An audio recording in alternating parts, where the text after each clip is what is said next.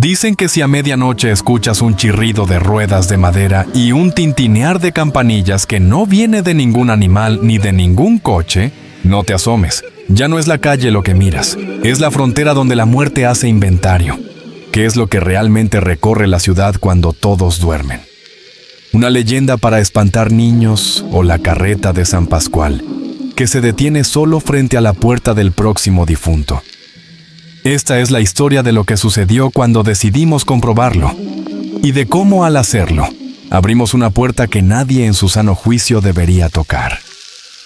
La primera vez que oí del templo de San Pascualito fue por boca de una enfermera de guardia en el hospital viejo. Me habló de una imagen en madera policromada, con ojos de vidrio y las costillas pintadas con tal realismo que parecía respirar al ritmo de las velas. Decía que, cada tanto, la parroquia cerrada al público dejaba escapar un olor a copal y a madera quemada, como si adentro alguien lijara un ataúd. Juraba además que por las noches, desde ese templo, se desprendía una procesión de sombras encabezada por una carreta antigua, sin bestias, empujada por un monje huesudo de hábito parduzco, cuya calavera sonreía con una paciencia infinita. La carreta, me aseguró, se detenía frente a las casas donde alguien agonizaba. Al poco rato, el enfermo moría, y el chirrido se alejaba como quien borra su propio rastro. Yo no soy fácil de impresionar. Durante años he documentado historias locales, mezclas de devoción y miedo. He grabado exvotos, he seguido rastros de santos milagrosos y culpas mal enterradas. Pero en esta ciudad, donde las campanas marcan el pulso nocturno y los perros ladran antes de que la sirena de la ambulancia rompa el aire, algo en el relato de la enfermera me punzó la curiosidad. ¿Qué si la carreta no era solo cuento? ¿Qué si la coincidencia entre rumor y deceso tenía un patrón? Esa fue mi pregunta central, y acepto que fue también el primer error. El barrio del templo de San Pascualito se esconde en una altura vieja. Las calles empedradas suben en espiral, y las casas, con muros gruesos y húmedos, guardan el frío como una fe. El templo es discreto. Fachada de cantera, una cruz de hierro y un campanario chato, más ancho que alto, rematado por un ventanuco donde cuelga la campana pequeña, la que se usa para anunciar difuntos. La imagen dentro, no la miremos todavía. Está asentada en una urna de vidrio con marco de madera negra. Alrededor, clavos, listones morados, fotografías amarillentas de los que pidieron su ayuda y, bajo todo eso, un cajón donde los sacristanes guardan lo que encontraban al barrer. Cabellos atados con hilo rojo, estampillas quemadas, cuentas despintadas de rosario. Cosas que una fe desesperada deja tiradas. Pedí permiso para filmar. El sacristán, un hombre pequeño con dedos manchados de cera, me puso condiciones. Nada de tomas cercanas al rostro de San Pascual. Nada de focos directos, nada de preguntas fuera de la nave. Le pregunté si había oído la carreta. Bajó la mirada y dijo, apenas un murmullo, que la carreta no se oye, la carreta se siente. Es el corazón el que de pronto se acuerda que es un reloj. Ese día no filmé. Preferí quedarme a misa de difuntos. Quería sentir el pulso de los que cargan una pérdida a cuestas. Fue allí cuando Carmen se me acercó. Carmen no tenía más de 35. Su cabello estaba recogido con un broche de plástico que imitaba nácar. Sus manos, nerviosas, jugueteaban con un pequeño relicario cuadrado. Me dijo, sin formalidades, que su padre estaba enfermo, que había empeorado la noche anterior, y que ella escuchó algo detenerse frente a su casa. Un roce, un chirrido ligero, el silencio contenido de los vecinos que no abren, que no respiran. «No toco la puerta», dijo, «porque si tocas, entra». Me mostró el relicario. Dentro había un trozo de madera negra con vetas rojizas, envuelta en una tirilla de tela morada. Es de una rueda vieja que partieron frente a mi casa cuando se fue la luz. Olía a copal. Mi papá, esa misma madrugada, dejó de hablar. Entonces, sin que yo preguntara, me pidió, «Venga esta noche». En la investigación, las noches siempre se prometen iguales y nunca lo son. Llegué a la casa de Carmen a las 11:20. Afuera, la calle brillaba por una llovizna reciente que hacía resbalar el empedrado. Las luces interiores eran pocas, tenues, como de veladoras estratégicas. El padre de Carmen respiraba con esfuerzo en un catre junto al muro. Había tazas con pozos de café frío, frascos de medicamentos etiquetados con letra diminuta y 2 sillas de plástico dispuestas frente a la puerta. No para sentarse, me dijo, sino para que la puerta no se abriera de golpe. Saqué la grabadora, revisé baterías, ajusté el micrófono. Carmen apagó el celular y nos quedamos en silencio, oyendo a los perros, a los grillos, a las campanas de lejos. A las 12 en punto, algo cambió. No fue un ruido definido, más bien un temblor muy sutil en el piso, como cuando un camión pesado dobla la esquina pero todavía no aparece. Luego, el aire se llenó de un olor a madera húmeda y a incienso viejo, de esos que se quedan impregnados en los mantos. La respiración del padre se volvió regular, extrañamente acompasada. Carmen me tomó la mano con fuerza. Esperé. El chirrido llegó después. Un gemido de ejes sin aceite, de clavijas antiguas, de fibras vivas que se estiran. No venía de arriba ni de abajo, no derecha ni izquierda. Parecía brotar de la propia madera de la puerta. Y tras el chirrido, un tintinear, no de muchas campanas, sino de una sola que marcaba pasos. 1, 2, 3. La sombra que vimos bajo el resquicio de la puerta no era humana. Era una línea más negra que la noche, bordeada por un halo apenas plateado, como si una luna imposible la delineara desde abajo. En ese filo, se dibujó por un segundo el contorno de una rueda con radios finísimos. El catre del padre se agitó. Quise levantarme, pero Carmen me detuvo. «Si te ve, te cuenta», susurró, y no entendí. Entonces la campana sonó más cerca y la puerta, bloqueada por las sillas, vibró. No golpeó, vibró, como si del otro lado alguien simplemente apoyara la frente, fatigado. El chirrido cayó. Solo la campana, una vez, y el olor a copal que se hizo innecesariamente denso, como un humo que nos sube. El padre abrió los ojos, pero no miró a su hija ni a mí. Fijó la vista en la puerta y habló con una voz que hizo trizas la quietud. «Ya voy». Carmen rompió en llanto. La campana sonó otra vez, suave, como afirmando. El hombre intentó levantarse. La manta se deslizó y pude ver su tibia derecha. Sobresalía bajo una piel tan estirada que parecía barnizada. No sé por qué recuerdo ese detalle con tanta claridad. Tal vez porque ese brillo era igual al de la imagen de San Pascual. El hombre suspiró, y en ese suspiro se llevó la casa.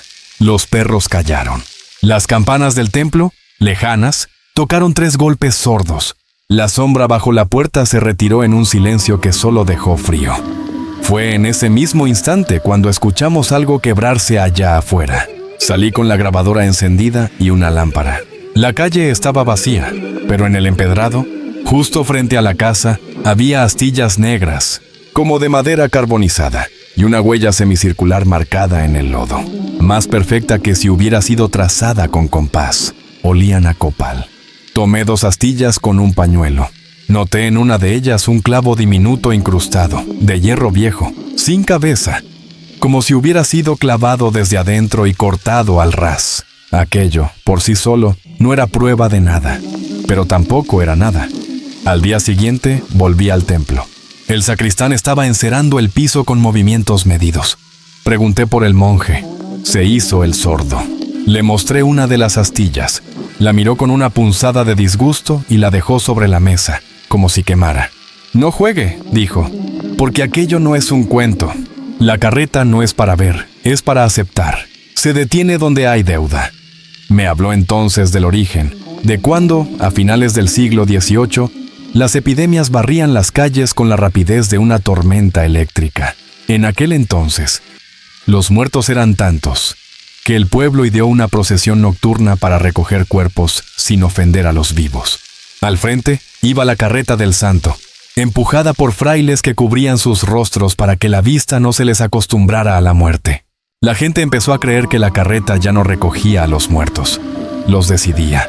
Que el santo, mitad médico y mitad juez, caminaba la ciudad marcando los tiempos. Así nació San Pascualito, el que no cura, sino que concede buena muerte.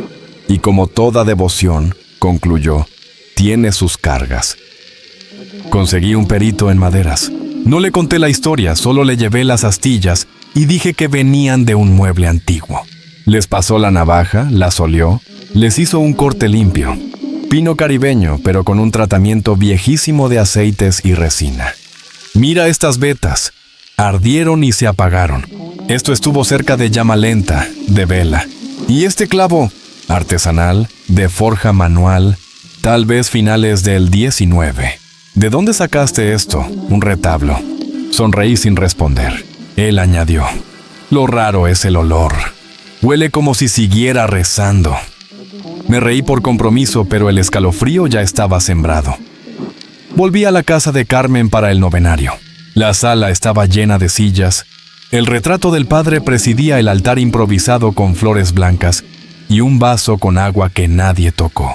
Los vecinos murmuraban oraciones por inercia. Algunos, sin pudor, me preguntaron si también había escuchado al santo.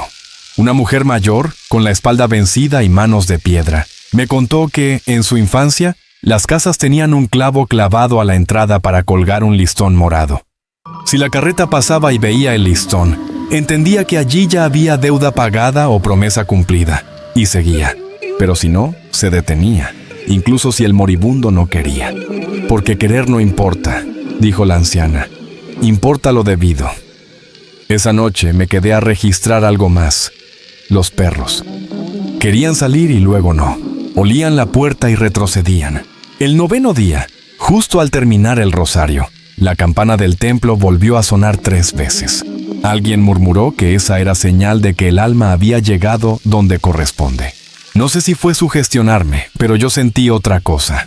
Sentí que el hilo que une los sitios del miedo se apretaba. Mi error fue decidir una segunda observación en campo. No bastaba con una muerte y unas astillas. Quise demostrar el patrón, templos, calles, hora, olores. Me propuse montar guardia cerca del templo, en la calle lateral por donde dicen que la carreta baja sin tocar el empedrado. Llegué con un colega que me debía favores y que accedió a traer una cámara térmica. Si es un objeto retiene calor, argumentó. Nos reímos de nuestra propia ingenuidad. Eran las 11:45. Acomodamos el equipo, trípode, cámara, micrófono de cañón, la térmica lista. El viento traía pequeñas semillas que chocaban contra el lente como lluvia seca. A las 12:01, el reloj del campanario no marcó campanadas.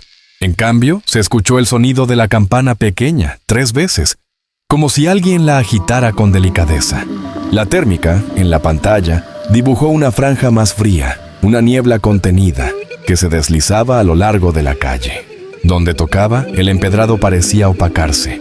Entonces, lo vimos. La carreta, sin bestias, con ruedas altas y radios delgados, avanzaba sin esfuerzo. No era transparente, pero tampoco sólida. Era la suma de sombras, el negativo de la noche. Detrás, empujándola, venía la figura del monje. No caminaba, deslizaba los pies, y su hábito no tocaba el suelo. Donde su mano huesuda aferraba la vara, el aire chisporroteaba con un brillo mínimo. La cámara normal no captaba más que un desenfoque y el parpadeo de una luz que podría ser un reflejo. La térmica, en cambio, la veía como ausencia de temperatura, como un hueco perfecto que absorbía el entorno. No nos vio, no nos oyó. Se detuvo delante de una casa de esquina con ventanas tachonadas. Mi colega susurró un «Dios», por puro instinto. La carreta inclinó apenas su frente. El monje huesudo, con el cráneo descubierto, inclinó también la cabeza ante la puerta. Del interior de la casa una mujer gritó un nombre que nunca olvidaré.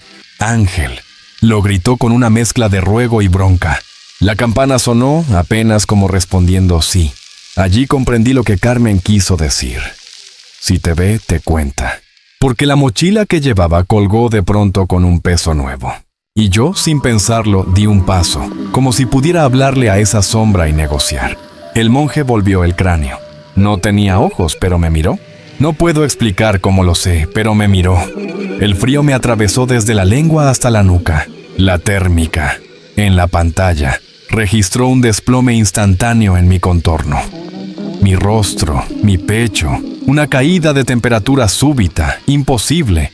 Di otro paso, o eso recuerdo. Mi colega, desesperado, Me tomó del hombro y me tiró hacia atrás. La carreta no se movió al principio. Luego, como si cumpliera un protocolo, tocó su campana una vez más y siguió su ruta. La mujer dentro de la casa dejó de gritar. Un niño lloró, y nosotros nos quedamos viendo cómo lo inverosímil doblaba la esquina con suavidad de costumbre. Volvimos al estudio con el material. Lo revisamos cuadro por cuadro. Había sombras, cambios de temperatura, texturas que no supimos etiquetar. Y, sobre todo, un dato que me revolvió el estómago. Cuando el cráneo se volvió hacia mí, en la térmica, mi pecho se oscureció como si me faltara el calor del corazón por una fracción de segundo. Después volvió, normal. Pensé en esa frase del sacristán. La carreta no se oye, se siente. El corazón sabe. Y empecé a notar otras cosas. Un olor a copal en mi ropa, aunque no había velas. Marcas semicirculares de lodo seco en la entrada de mi departamento. Una astilla negra en el bolsillo de una chamarra que no usé esa noche. Los perros del edificio me olían y se apartaban. Cada medianoche, sin faltar, despertaba 1 minuto antes de las 12, sin necesitar reloj. Fui al templo a pedir explicaciones y me encontré el portón cerrado con candado grueso. Desde adentro, el sacristán habló sin abrir. «Ya no venga, hijo. No está invitado y ya lo vieron. La devoción es una vía de ida». Le grité que necesitaba entender. Me dijo que la comprensión tiene precio y que mi precio ya estaba anotado. «Busque en su casa», añadió, «si quiere pruebas». Volví con una rabia que solo nace del miedo quedo. En mi comedor, sobre la mesa donde reviso notas, había polvo de cera en forma de línea. Seguía un trazo que iba de la puerta al cuaderno. Lo abrí. Entre 2 hojas, alguien, o algo, había dejado la mitad de un listón morado viejo, con una palabra escrita en tinta que la humedad había corrido. Cumplir. Pasé días sin atar cabos. Pregunté, hice llamadas, hablé con un historiador local que me contó sobre la cédula de la buena muerte. Un papel que antiguamente se escribía a nombre del moribundo para que no muriera solo. Me dirigió a un archivo parroquial donde encontré una lista de nombres del siglo pasado, con fechas y la anotación, visitado por San P. Lo perturbador no era el registro en sí, sino la columna marginal, avisado por. Allí estaban apellidos repetidos, barrios que se repiten todavía, y por lo menos en 2 ocasiones, la palabra cronista. Mi oficio ya había sido parte de la ruta. No éramos espectadores, éramos notarios del corte. La escalada no fue un salto, fue un goteo. En la calle, gente que no conozco me hacía la señal de la cruz al verme pasar. Una anciana me puso en la mano un puñado de pétalos secos y dijo que, para que no se pare. En mi buzón encontré una nota sin firma. Si escucha campanas, no se levante. Y sin embargo, una noche me levanté, porque el corazón me tocó con el dedo frío que solo uno reconoce en sí. Miré el reloj. 12 menos 2. A esa hora, el viento no pasa, se cuela. En el piso, cerca de la puerta, se dibujó una semiluna de humedad, como si una rueda hubiera mojado el mosaico. La campana sonó, lejos, 3 veces. Yo no abrí, pero la puerta se movió igual. No para adentro ni para afuera. Se ajustó, como cuando alguien apoya la frente. No diré que fui valiente. Diré que fui curioso hasta la maldición. Pregunté en voz baja a quién. Nadie respondió. El silencio, sin embargo, tuvo nombre. Mis dedos, por propia voluntad, escribieron en el vidrio empañado de la ventana una palabra que no era mía. «¡Mamá!» Me quedé clavado. Llamé, con las manos temblando, a casa de mi madre. No contestó. Me vestí a medias, bajé las escaleras sin cerrar. La calle no estaba vacía, estaba perfectamente dispuesta. La vi a 2 cuadras, caminando con la bata de dormir y los ojos en blanco, como quien obedece un sueño ajeno.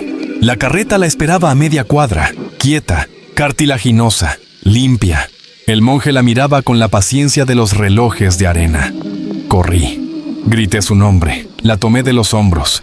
Su piel estaba helada, pero no enferma. «Mamá», dije, «mira, soy yo». Y entonces, en ese hueco de segundo que divide una vida en antes y después, ella sonrió con la ternura de cuando me curaba las rodillas de niño y me dijo, No te preocupes, es mi turno. Detrás de ella, el monje inclinó la cabeza con una cortesía antigua. La campana sonó una vez, menos fuerte de lo que suena un vaso al tocar la mesa. Las luces de la calle parpadearon. Algo en la noche respiró por todos. Y sin dolor visible, mi madre cayó ligera, sin resistencia, como si la gravedad la hubiera estado esperando. La carreta no la tocó.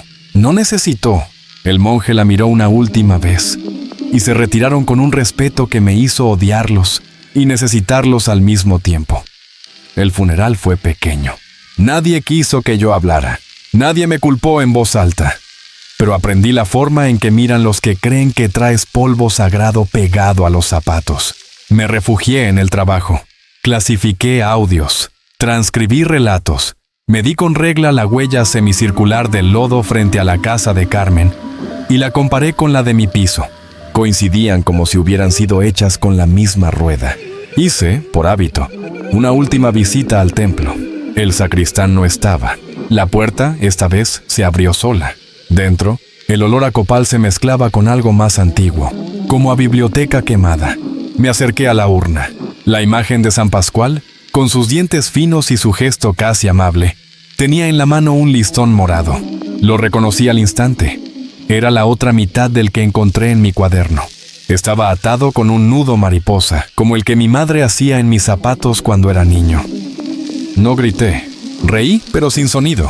Tomé el listón con dedos que ya no eran míos. Y vi, en el fondo de la urna, alineadas, pequeñas astillas negras, cada una con un apellido raspado en el canto.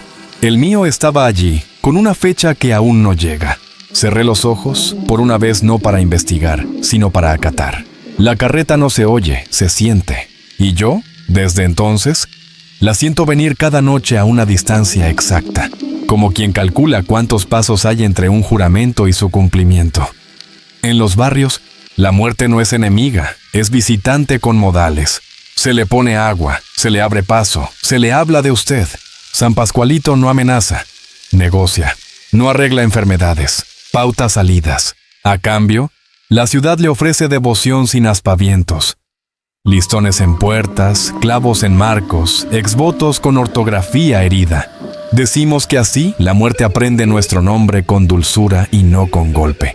Y que la carreta, cuando te toca, no te atropella, te llama. Es un pacto antiguo, más fuerte que la incredulidad moderna. Y ahora sé, a un costo que no deseo, que la carreta cumple puntualmente. Ya no pregunto si es real, solo me pregunto cuándo escucharé la campana para mí. Mientras tanto, la ciudad sigue viva y alarmada. Las ambulancias cortan la noche. Los perros ladran un segundo antes del chirrido. Las campanas del templo y de las casas se contestan. Y el monje esquelético, tenaz, empuja la rueda sin sudar, sin mancharse, sin olvidar a nadie. Si piensas que exagero, mira el marco de tu puerta una madrugada cualquiera y dime si no hay, invisible a la vista, una marca semicircular esperando definirse con humedad. Te dejo con una última escena, para que te acompañe en el insomnio. Hace 2 noches, a las 12 en punto, la campana sonó 3 veces. No afuera, adentro. Se escuchó amortiguada como si la tuviera en el pecho. No hubo chirrido, no hubo sombra bajo la puerta. Solo un pequeño tintinear que venía de mi propia costilla izquierda, como de un metal guardado en hueso. Puse la mano sobre el corazón y sentí el frío minúsculo de un clavo. ¿Advertencia? ¿Cortesía? No lo sé. Lo que sé es que, a veces, la carreta no necesita empedrado ni puerta. Se detiene en la casa donde yace algún moribundo. Sí, pero también en la casa de los que se atrevieron a mirarla de frente. Dime entonces, si la escuchas esta noche, ¿vas a asomarte? ¿O vas a fingir que no te toca?